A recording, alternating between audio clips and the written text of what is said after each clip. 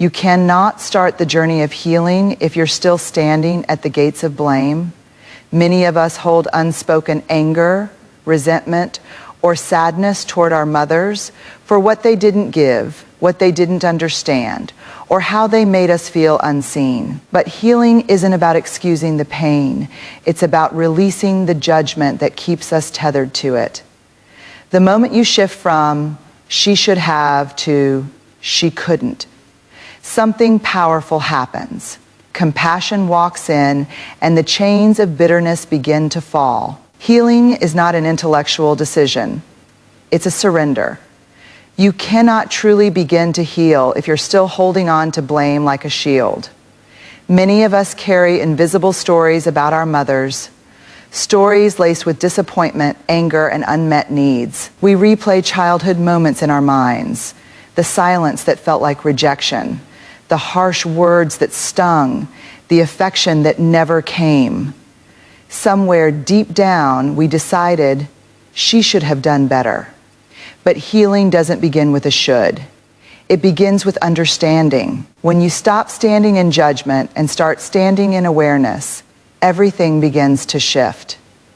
You start to see that pain was passed down to her long before it ever reached you. The same survival patterns that frustrated you were the very things that once kept her safe. The walls that felt cold to you were her armor against a world that once told her she wasn't enough. Judgment is heavy. It keeps your heart clenched and your spirit small. It says, I can't heal until she changes.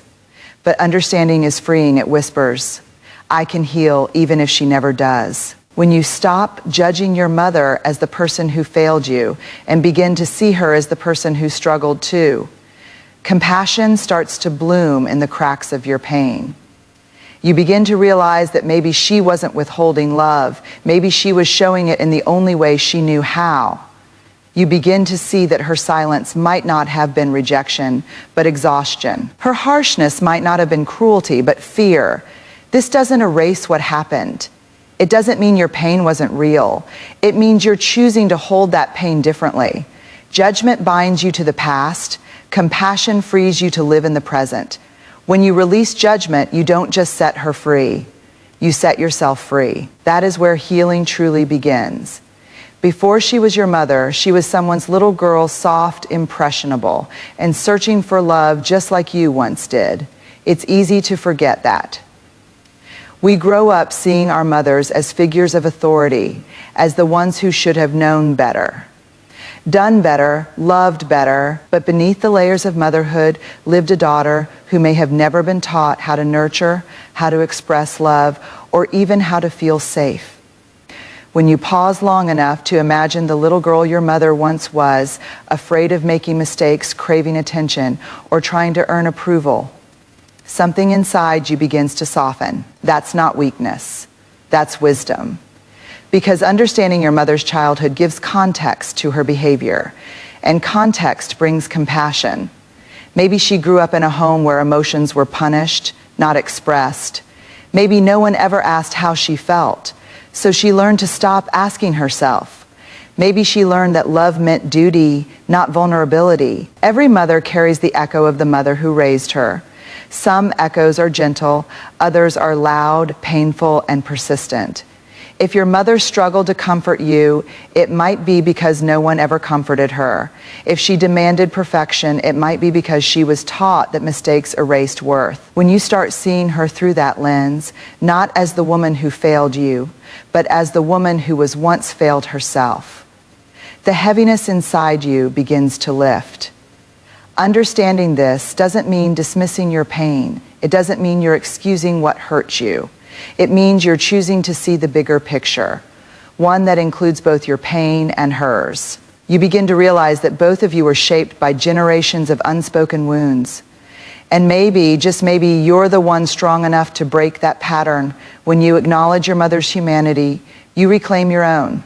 You stop expecting her to be a superhero, and you start seeing her as a story, one that began long before you were written into it. You start to understand that her inability to love perfectly wasn't proof that you were unlovable. It was proof that she was still learning how to love herself. The day you see your mother not just as mom, but as a daughter who carried her own invisible bruises. That's the day forgiveness becomes possible. That's the day healing takes its first full breath. So many of the wounds you carry didn't start with you. They were passed down silently through generations of unhealed stories. What your mother struggled to express or understand in herself became the pattern she unknowingly handed to you. The anger, the silence, the fear, the emotional distance. All of it might be echoes of pain that began long before you ever arrived. Imagine your mother as a link in a long chain. Behind her stand your grandmother, your great-grandmother, and countless others. Each woman shaped by the time, the culture, and the pain they survived. Maybe your grandmother lived through scarcity, so she taught your mother to value survival over softness. Maybe your mother learned that strength meant silence, that emotions were weakness, and that love was something earned, not given freely. And when she became your mother, she simply did what she knew. She handed you the same lessons, not out of malice, but out of habit. The truth is, pain doesn't always begin with cruelty. It often begins with confusion. When someone doesn't know how to process their own emotions, they unintentionally teach others to suppress theirs. When someone has been told their voice doesn't matter, they might struggle to hear yours. These inherited wounds are subtle, but they live inside families like invisible threads, binding generations together through shared survival instead of shared healing. And here's where your power comes in. You are the generation that gets to see the pattern clearly. You are the one who can say, "This pain stops with me." That's not an act of rebellion. That's an act of love. Love for your mother, love for your lineage, and love for yourself. When you begin to recognize that much of what you experienced wasn't personal, that it was generational, you start to loosen the emotional knots that kept you tied to resentment. You realize your mother wasn't trying to harm you. She was trying to survive her own story. You see that what she couldn't heal in herself, she couldn't possibly nurture in you. But you can learn to sit with your emotions instead of burying them. You can speak your truth without fear. You can give yourself the tenderness she didn't know how to offer. And in doing so, you don't just heal your own heart. You rewrite the story for everyone who comes after you. Healing then becomes an act of ancestry, a way of saying the pain ends here. Because once you understand that pain is inherited, not created, you stop taking it personally and start transforming it intentionally. Forgiveness is one of the most misunderstood acts of strength. People often think it means pretending nothing happened, minimizing the pain, or offering instant grace to someone who hasn't changed. But true forgiveness isn't about erasing the past. It's about reclaiming your peace from it. You see, when you hold on to anger, you chain yourself to the very person who hurt you. You carry them in your thoughts, in your body, in your spirit. Every time you replay the memory, the pain resurfaces, not because it's happening again, but because your heart hasn't been allowed to rest. Forgiveness doesn't say, "It didn't matter." It says, "It mattered deeply, but I refuse to let it control me any longer." When it comes to your mother, forgiveness can feel even more complicated. She wasn't just any person. She was the one who was supposed to make you feel safe, seen, and loved. And when she couldn't, that betrayal cut deeper than words can explain. But forgiveness isn't a gift. You give her, it's a gift you give yourself. It's choosing to release the emotional weight that has been pressing on your heart for years. Think of forgiveness as untangling yourself from the web of expectation. It doesn't mean you have to invite her back into your life if she's still unsafe or unhealed. It means you no longer carry resentment as your companion. You're saying, "I deserve to live free from the pain that once defined me." Forgiveness is also not a one-time event. It's a process. Some days you'll feel peace, and other days you'll feel that old anger stirring again.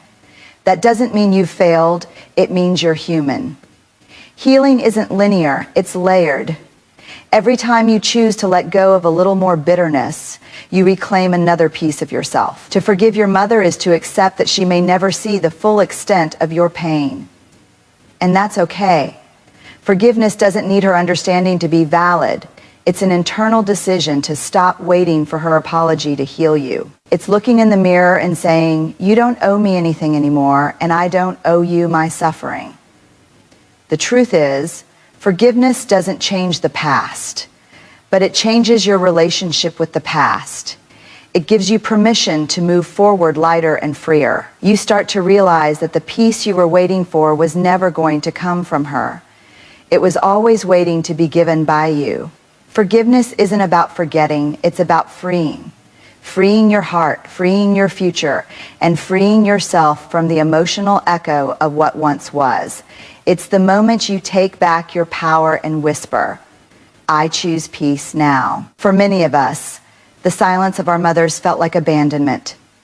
The quiet at the dinner table, the unspoken words when you needed comfort, the moments when you wanted her to ask, what's wrong? And she didn't. Those moments cut deep.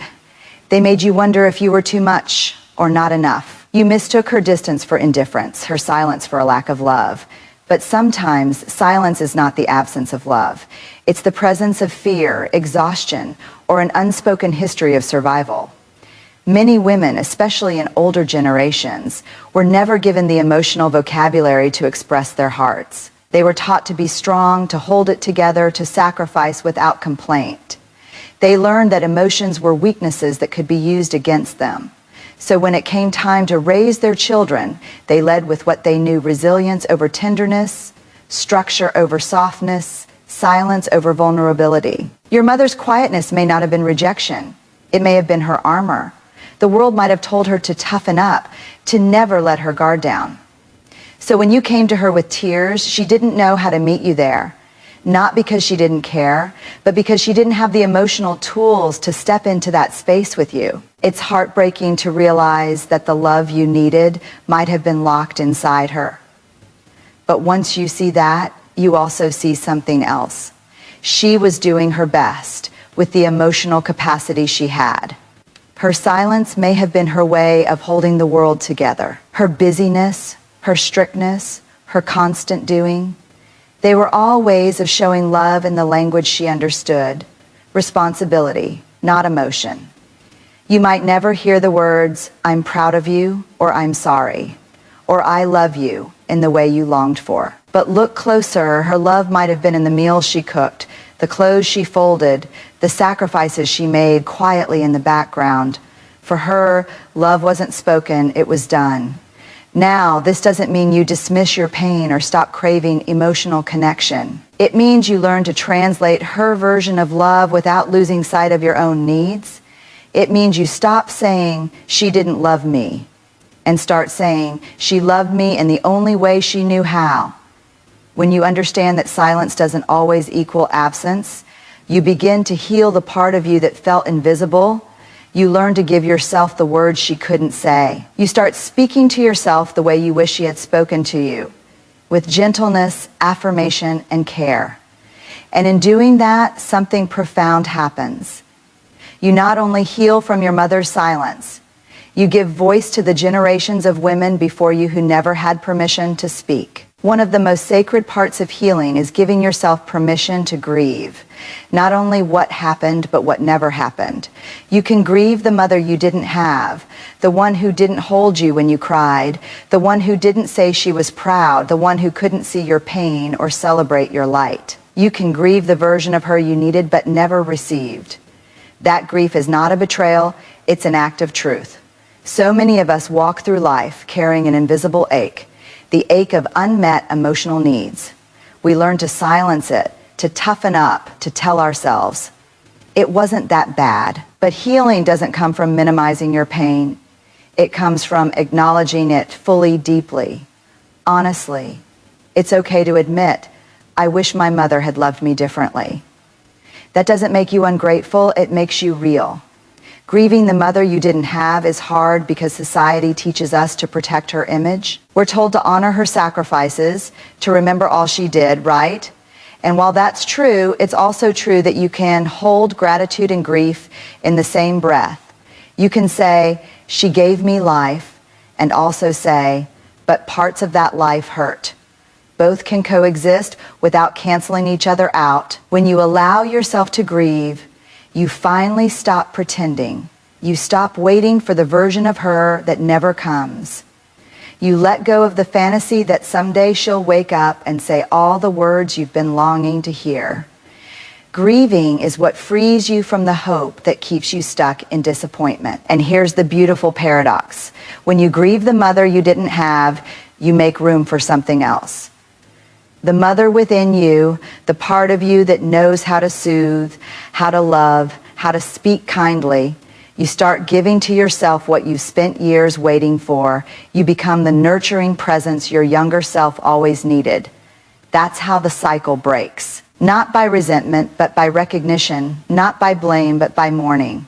Because when you allow yourself to cry for what you never got, you make space to receive what you can now give. You start to say to that inner child, "You deserved more, and I'm here now to make sure you have it." Grief is not a sign of weakness. It's evidence of love. You grieve because you cared, because you longed for connection, because somewhere inside you, you still believe love is possible. And that belief is what transforms grief into growth.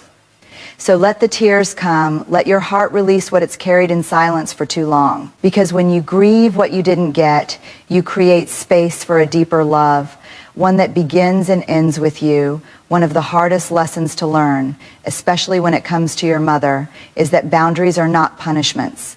They are protection. They are not walls meant to shut her out.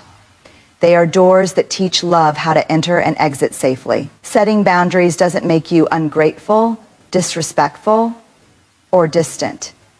It makes you conscious, self-respecting, and emotionally healthy. For many of us, setting boundaries with our mothers feels unnatural because we were raised to believe that honoring her meant total access to your time, your emotions, your choices, even your peace.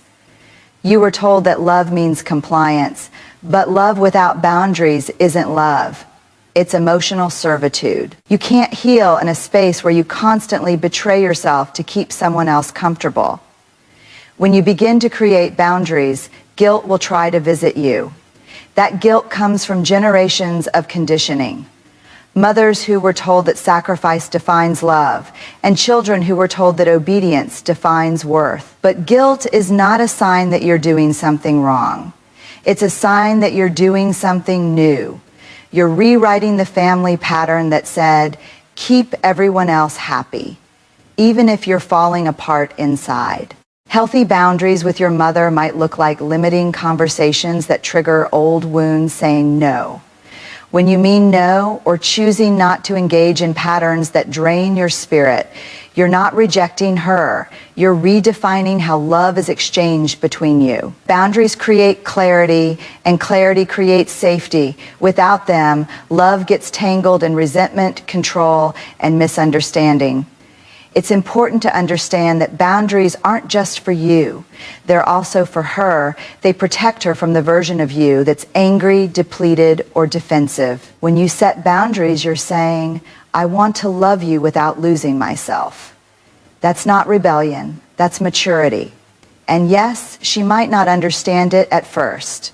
She might interpret your distance as disrespect or your silence as rejection. But in time, if she's willing to grow too, she'll see that your boundaries are not a wall. They're a bridge that allows both of you to meet in a place of honesty instead of obligation. Boundaries are how you teach people to love you.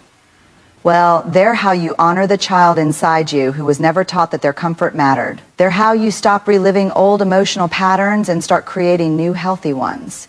So if you're afraid to set boundaries with your mother, remember this: love that requires the loss of yourself isn't love, it's dependency. True love has room for both hearts to breathe. Boundaries are how you make that room. Setting a boundary isn't saying, I don't love you. It's saying, I love me too. And that right there is the foundation of every healed relationship. Love and pain are not opposites. They are often companions. You can love your mother with all your heart and still feel the ache of what she could not give. You can feel gratitude for her sacrifices and still mourn the tenderness that never came. This is the complexity of healing, learning to hold two truths in the same hand without letting one cancel out the other. For most of us, the confusion begins early. We're told that if we love our mothers, we must protect their image, silence our disappointment, and never speak of the hurt. But silence does not protect love. It suffocates it. Real love is not denial. It's honesty. It's being able to say, I love you deeply, but what you did hurt me. That's not betrayal. That's bravery. When you suppress your truth to preserve someone else's comfort, you abandon a part of yourself, and healing can never come from self-abandonment. It comes from integrity, from standing in the full truth of your experience, even when that truth trembles. Loving your mother doesn't mean pretending your wounds don't exist. It means you're willing to see her fully, the beautiful parts and the broken ones, and still choose compassion over bitterness. Acknowledging the pain doesn't make you ungrateful. It makes you real. Because real love is not blind. It sees everything and still chooses grace. You can say, my mother did her best, and still whisper, but her best left me hurting. Those two statements can coexist because life is rarely either fey or. It's usually both fey and. The moment you give yourself permission to hold both love and pain, something powerful happens. You stop living in extremes. You no longer have to make her a villain to validate your suffering or a saint to justify your loyalty. You can let her be human. And in doing so, you free yourself to be human too. Healing doesn't demand that you rewrite your mother's story. It asks that you tell your own. It asks that you stop filtering your truth through guilt or obligation. It asks that you love honestly, not from perfection, but from understanding. Because here's the truth. You can honor your mother without idealizing her. You can forgive her without erasing what happened. You can love her while still loving yourself enough to say, this part of my story still hurts.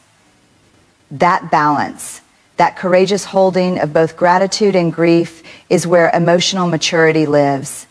That's where love becomes something deeper than duty. It becomes something real. And when you reach that place, when you can love her and still acknowledge the pain, you finally become free. You're no longer defined by what she couldn't give. You're defined by what you chose to give yourself in its place.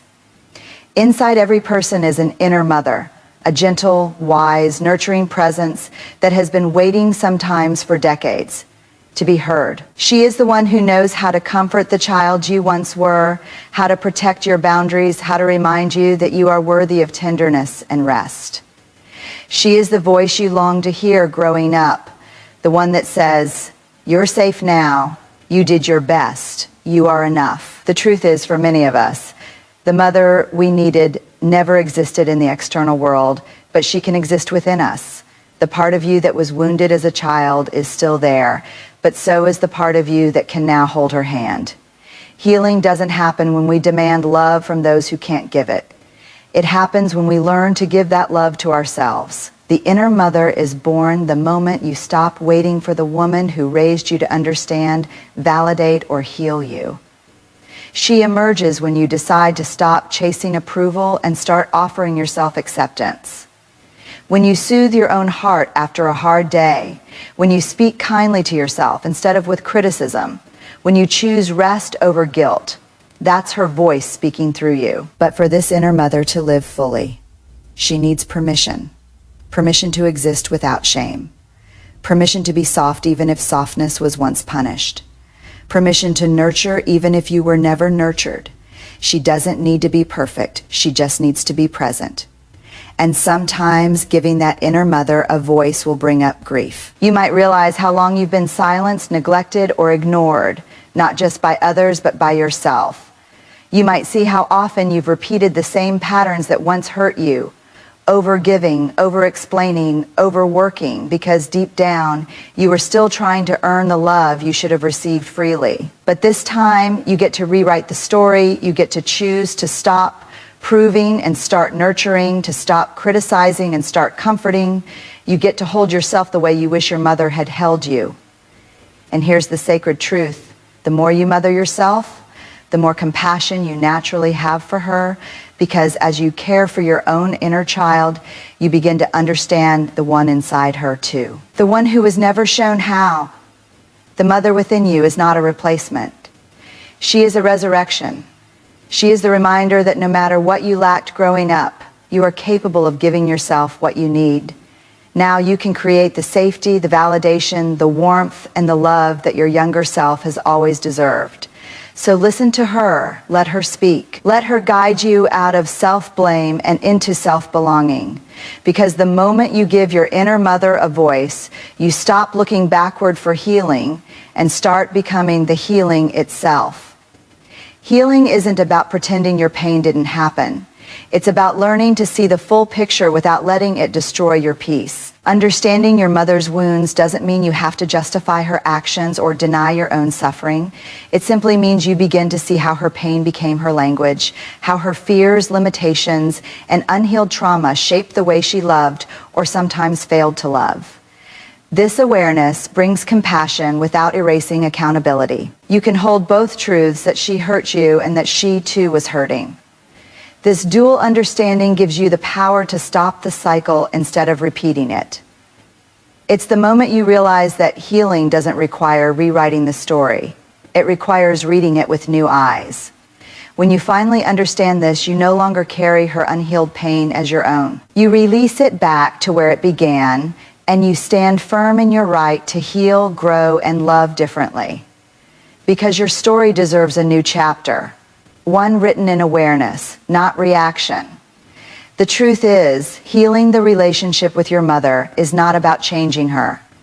It's about changing the story you've carried about her. Somewhere along the line, we began to believe that our mothers were meant to be perfect, that they should have loved without limits, nurtured without flaw, and understood us without error. But they were humans, broken, complex, layered, and often raising us while still trying to raise themselves. Your healing begins when you stop searching for a version of her that never existed and start honoring the lessons her imperfection gave you. When you release the resentment, you create space for compassion, not to excuse the pain, but to understand it. That understanding becomes the bridge between your past and your peace. You may never receive the apology you deserved, but you can give yourself the closure you need.